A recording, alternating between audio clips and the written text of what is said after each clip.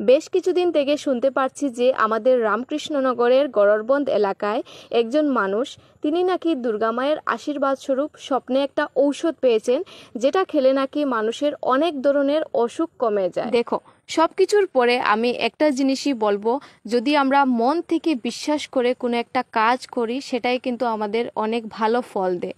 তো সেই বিশ্বাস নিয়ে আজ হাজার হাজার মানুষ এসে উপস্থিত পাতা বাবার কাছে। মানুষ এটার রেজাল্ট পাচ্ছে দেখেই হয়তো আজকে এত দূর দূর থেকে মানুষ এসে উপস্থিত হয়েছে। এখানে প্রায় 1,00,000-এর উপরে হবে মানুষ এসেছে আজকে। মেন রোড থেকে প্রায় 2 কিলোমিটার ভিতরে ওনার ঘর। এইভাবে গ্যাদারিং করে মানুষ দাঁড়িয়ে আছে এখানে। আজকের এই গ্যাদারিং দেখে আমার মনে হচ্ছে যদি এখানে 2-4 জন করে পুলিশ ফোর্স দেওয়া হতো প্রশাসনের তরফ থেকে, তাহলে কিন্তু অনেকটাই সিস্টেমে যেত সব কিছু।